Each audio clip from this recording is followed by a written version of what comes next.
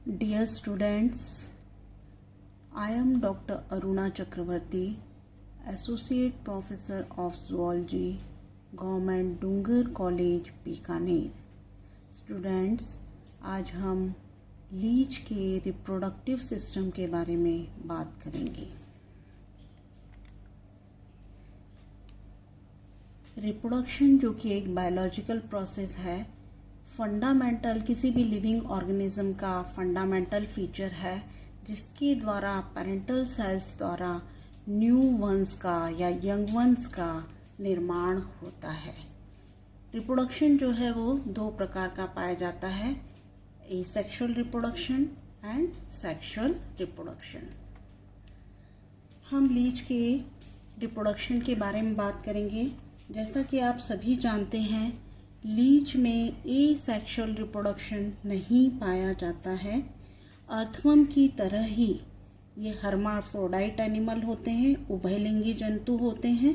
प्रत्येक लीच में मेल और फीमेल रिप्रोडक्टिव ऑर्गन का जो होता है कंप्लीट सेट जो होता है वो पाया जाता है। इनमें सेल्फ फर्टिलाइजेशन न होकर कॉपुलेशन के पश्चात जो होता है इनमें क्रॉस फर्टिलाइजेशन पाया जाता है। अब हम मेल रिप्रोडक्टिव ऑर्गन के बारे में बात करेंगे। जैसा कि आप सभी जानते हैं, इनमें मेल रिप्रोडक्टिव ऑर्गन की बात करें तो टेस्टिस सैक, वासा एफ्रेंशिया, वासा डिफरेंशिया, एपिडिडाइमिस, इजेकुलेटरी डक्ट और एट्रियम जो होते हैं, ये मेल रिप्रोडक्टिव ऑर्गन पाए जाते हैं। सबसे पहले हम टेस्टिस सैक की बात करेंगे।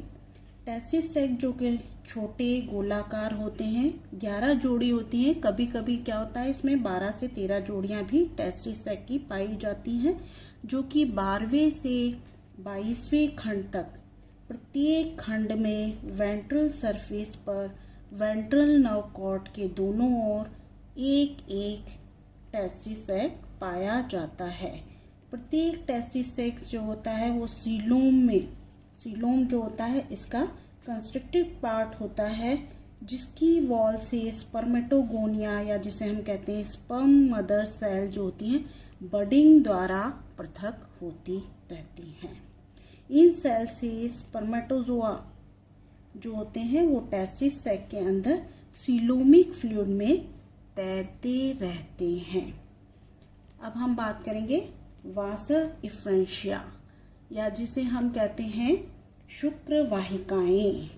प्रत्येक टेस्टिस सैक से जो होती है स्पर्म एक छोटी लहरदार वाहिनी के रूप में आती है, जिसे हम कहते हैं शुक्र वाहिका। क्या कहते हैं? शुक्र वाहिका कहते हैं, जो कि टेस्टिस सैक के पोस्टीरियर लैटरल सरफेस से निकलती है और बाहर की ओर बढ़कर ये कॉमन जो होती है वासा एफ्रेंशिया जो होती है इसमें ओपन होती है। कॉमन जो होती है वासा डिफरेंशिया या जिसे हम कहते हैं सामान्य शुक्र वाहिनी में ओपन होती है। इस प्रकार एक और की समस्त जो कहना चाहिए वासा एफ्रेंशिया जो होती हैं शुक्र वाहिकाएं जो होती हैं अपनी ओर की कॉमन जो होती हैं शुक्र वाहिनी में ओपन होती है। ये दिख रही है आपको, ये दिख रहे हैं, ये क्या है? टेस्टिस सैक है, ये वासा एफ्रेंशिया है और ये अपनी ओर की कॉमन जो होती है वासा डिफरेंस में ओपन होती हैं। नेक्स्ट हम बात करेंगे वासा डिफरेंस या जिसे हम कहते हैं शुक्र वाहिनी। प्रत्येक शुक्र वाहिनी जो होती है पतली होती है, कॉइल रचना होती है, कॉइल डक्ट के रूप में पाई जाती है, जो कि वेंट्रल सरफेस पर, वेंट्रल जो बॉडी वॉल होती है यहाँ पर नर्व कॉर्ड के पैरेलल जो होती है स्थित होती है। 22वें खंड से 11वें खंड तक फैली हुई होती है।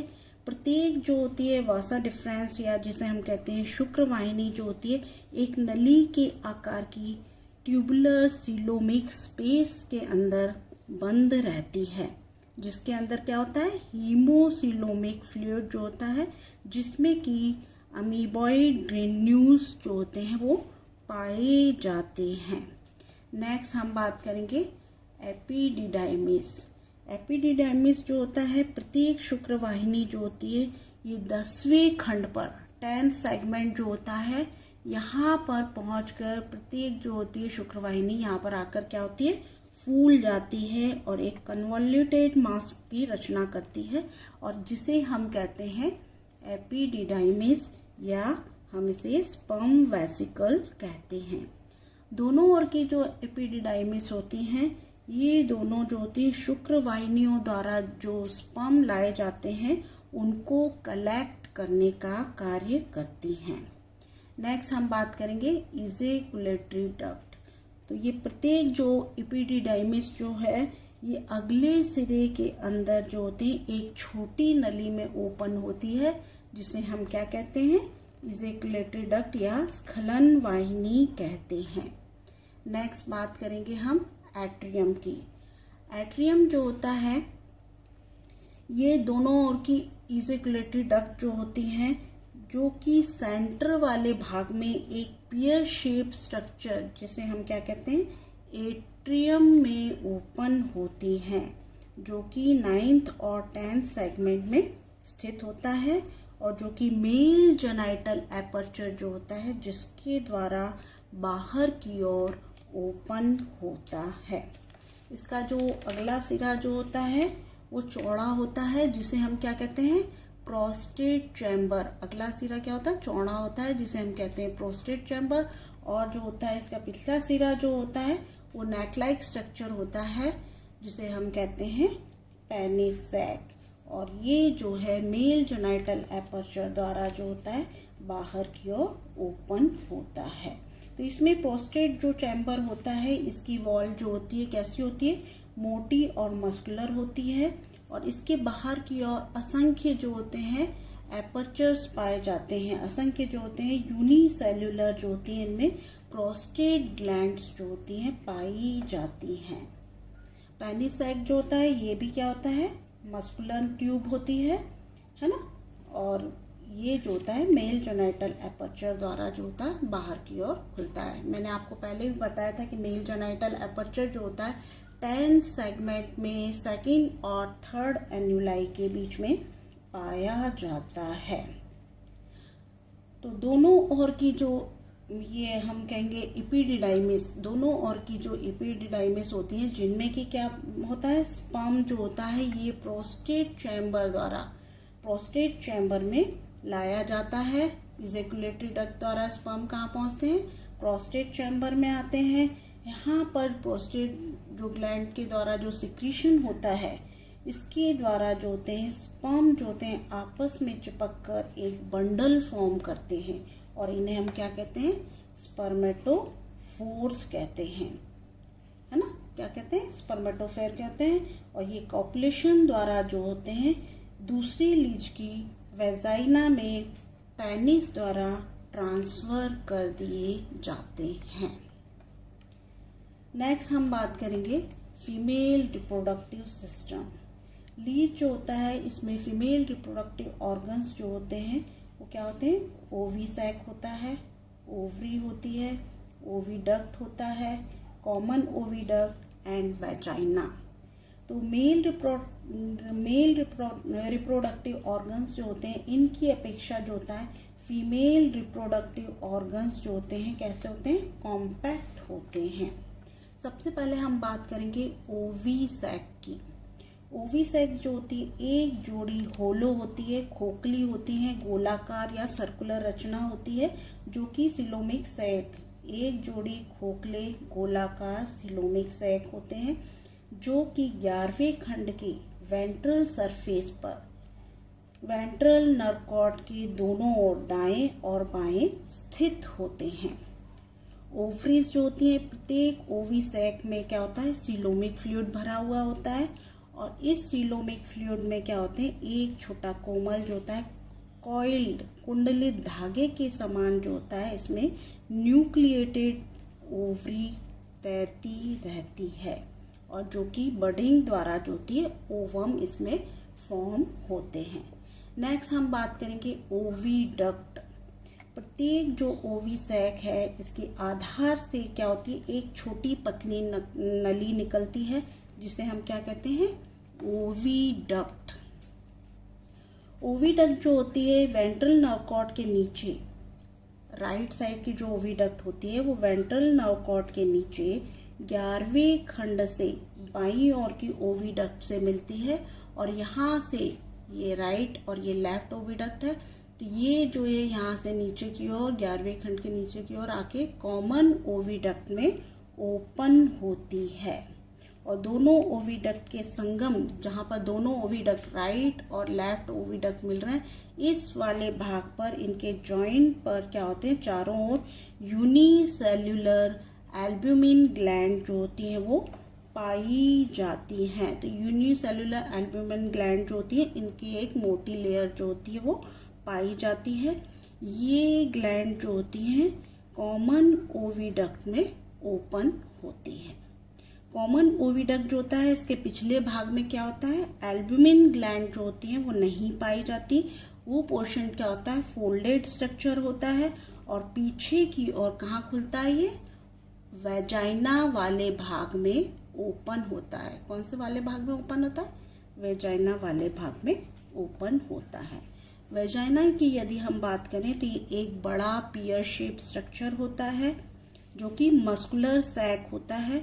11वें खंड के पीछे की ओर मिड वेंट्रल सरफेस पर पाया जाता है। कहाँ पाया जाता है, 11वें खंड के पीछे की ओर मिड वेंट्रल सरफेस पर पाया जाता है। ब्रीडिंग पीरियड में इसका आकार क्या होता है, बड़ा हो जाता है और इनर साइड से कैसा हो जाता है, ये फोल्डेड हो जाता है, वलित हो जाता है और आगे की ओर ये मुड़ जाता है। तो ये सकरा होकर एक छोटी वाहिनी बनाता है और 11वें खंड में, 11वां खंड जो होता है इसमें मिड वेंट्रल सरफेस पर फीमेल जेनाइटल एपर्चर जो होता है जिसके द्वारा बाहर की ओर खुलता है। समझ में आ गया बात कि ये क्या होता है, ब्रीडिंग पीरियड में इसका आकार बड़ा हो जाता है, फोल्ड हो जाता है, आगे की ओर जो होता है अपने आगे की ओर क्या होता है, फोल्ड होता है, मुड़ जाता है और सक्रिय होकर एक छोटी वाहिनी बनाता है और ये 11वें खंड के मिड वेंट्रल सरफेस पर फीमेल जेनाइटल एपर्चर द्वारा बाहर खुलता है। तो मैंने आपको जब एपर्चर्स की बात हुई थी तब बताया था कि इसमें फीमेल जेनाइटल एपर्चर जो होता है वो 11वें खंड में सेकंड और थर्ड एन्युलाई के बीच में ओपन होता है। ओवरी द्वारा जो क्या होते हैं, ओवी सैक में, ओवी सैक ये है, ये ओविडक्ट है, तो ओवी सैक के अंदर ओवरी पाई जाती है। तो ओवरी द्वारा ओवी सैक में जो क्या होते हैं, ओवम पाए जाते हैं। ओवम जो होते हैं बडिंग मुकुलन द्वारा जो होते हैं, तो ये ओवी सैक से ओविडक्ट में होते हुए कहाँ पहुंचते हैं, ये कॉमन ओविडक्ट में आते हैं। ओवम कहाँ था, ओवी सैक में क्या होता है, ओवरी पाई जाती है और ये ओवम का निर्माण करती है। तो ये कॉमन ओविडक्ट में एंटर करता है। ओविडक्ट से होता हुआ कहाँ पहुंचती है, कॉमन ओविडक्ट में आते हैं। मतलब कॉमन जो है अंडवाहिनी में आते हैं और यहाँ पर प्रत्येक ओवम जो होता है इसमें एल्ब्यूमिनस ग्लैंड द्वारा जो होती है स्त्रावित एल्ब्यूमिन की एक परत इनके ऊपर चढ़ जाती है, जिसके बाद में ओवम जो होता है वो कहाँ पहुंचता है, वेजाइना में पहुंचता है। कॉमन ओविडक्ट में आता है और यहाँ से क्या होता है, ओवम कहाँ पहुंच जाता है, वेजाइना वाले भाग में आता है। और फर्टिलाइजेशन की प्रोसेस जो होती है वो कहाँ होती है, वेजाइना में फर्टिलाइजेशन प्रोसेस होती है। नेक्स्ट हम बात करेंगे इसकी लाइफ हिस्ट्री एंड डेवलपमेंट की। तो लीफ जो होता है इसमें स्पर्म जो होते हैं वो एक से दूसरे में स्थानांतरित करने के लिए एक लीच से दूसरे लीच में जो है पेनिस द्वारा जो होते हैं स्पर्म जो होते हैं ट्रांसफर कर दिए जाते हैं। इनमें कॉपुलेशन प्रोसेस जो होती है, मैथुन क्रिया जो होती है वो केंचुए की भांति पाई जाती है। बेसिकली जो होती है मार्च व अप्रैल में जो होती है इसमें कॉपुलेशन प्रोसेस होती है। आफ्टर कॉपुलेशन ये प्रोसेस जो होती है इसमें 1 घंटे में समाप्त होती है, जिसके पश्चात जो दोनों लीड जो होते हैं वो पृथक हो जाते हैं। फर्टिलाइजेशन जो होता है बेसिकली मैंने बताया कि वेजाइना में होता है और फर्टिलाइज्ड एग जो होते हैं वो डेवलपमेंट के लिए, परिवर्धन के लिए जो होते हैं ये कहाँ विसर्जित कर दिए जाते हैं, कोकून वाले भाग में। कोकून फॉर्मेशन जो होता है कॉपुलेशन प्रोसेस के पश्चात जो होता है अप्रैल मई जून जो होता है ये मंथ में क्या होता है, कोकून फॉर्मेशन होता है। मैंने आपको पहले भी बताया था 9, 10th और 11th सेगमेंट, 9वां, 10वां और 11वां खंड जो होता है, इनमें कोकून का फॉर्मेशन चारों जो 9, 10th और 11th सेगमेंट होते हैं, इनके चारों ओर जो होते हैं क्या होता है, क्लाइटेलर ग्लैंड जो होती है, इनके चारों ओर जो होता है एक स्नो वाइट झागदार जो होता है करधनी के रूप में पदार्थ जो होता है सीक्रेट होता है। ये क्लाइटेलर ग्लैंड जो होती है एक एल्ब्यूमिनस द्रव जो होती है इनको सीक्रेट करती हैं, जो कि फर्टिलाइज एग के साथ में कोकून के अंदर जो होता है कलेक्ट हो जाता है। इसके बाद में कोकून जो होता है प्रत्येक जंतु के सिरे से जो होता है कोकून, इसके बाद में क्या होगा, कोकून जो होता है प्रत्येक जंतु के सिर की ओर जो होता है सरकाया जाता है, जिसकी वजह से लीच जो होता है वो क्या होता है लयबद्ध गति करके अपना अगला सिरा जो होता है पीछे की ओर खींचता है, जिससे क्या होता है प्रोस्टोमियल ग्लैंड जो होती है इसमें कोकून के अगले और पिछले सिरे जो होते हैं इन पर पोलर प्लग का सीक्रेशन करती है। कौन, प्रोस्टोमियल ग्लैंड जो होती है वो क्या करती है, पोलर प्लग का सीक्रेशन करती है। संपूर्ण कोकून जो होता है ये प्रोसेस बनने में क्या होती है 6 घंटे का समय लगता है, जिसके पश्चात जो होता है इसको जल में स्थापित ना करके ये क्या होते हैं मॉइस्ट प्लेस, तालाब या जलाशय के किनारे जो मॉइस्ट प्लेस होता है वहां पर कोकून को स्थापित कर दिया जाता है। वायु के संपर्क में आने पर ये कैसा हो जाता है, हार्ड हो जाता है, कठोर हो जाता है। तो ये कोकून जो होता है बेसिकली हल्के पीले रंग की रचना होती है, जो कि 25 से 30 मिलीमीटर लंबा होता है, 12 से 15 मिलीमीटर व्यास का होता है। इसकी वॉल जो होती है 2 परत पाई जाती है, इसकी वॉल जो होती है 2 परत पाई जाती है। इनर मेम्ब्रेन जो लेयर होती है, इनर जो होती है वो मेम्ब्रेनस लेयर होती है, और आउटर जो लेयर होती है वो कैसी होती है, स्पंजी लेयर पाई जाती है। तो प्रत्येक जो होता है इसकी प्रत्येक सक्रिय सिरे जो होते हैं यहाँ पर कोन के समान स्ट्रक्चर पाए जाते हैं, जिसे हम क्या कहते हैं पोलर प्लग। दोनों जो होते हैं एंटीरियर एंड पर और एक पोस्टीरियर एंड जो होता है यहाँ पर कोन के समान जो होते हैं प्रोसेस पाए जाते हैं, जिन्हें हम कहते हैं polar plug, anterior polar plug और पोस्टीरियर पोलर प्लग। तो डेवलपमेंट के दौरान जो होता है जो लीच होता है, यंग लीच, इसका डेवलपमेंट जो होता है कहाँ होता है, कोकून के अंदर होता है।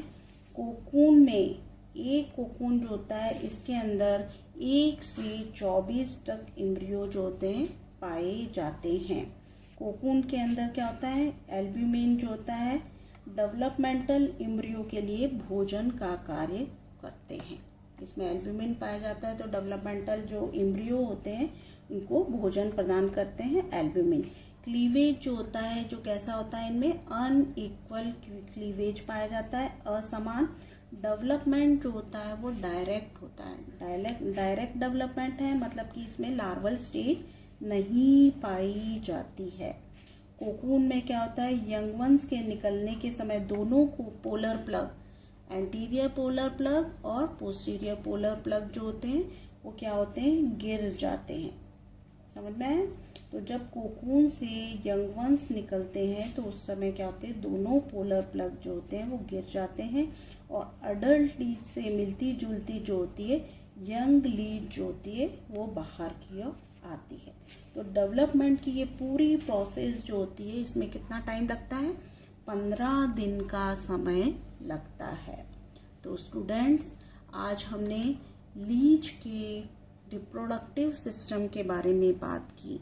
नेक्स्ट क्लास में हम नए टॉपिक के साथ आएंगे। Thanks for watching.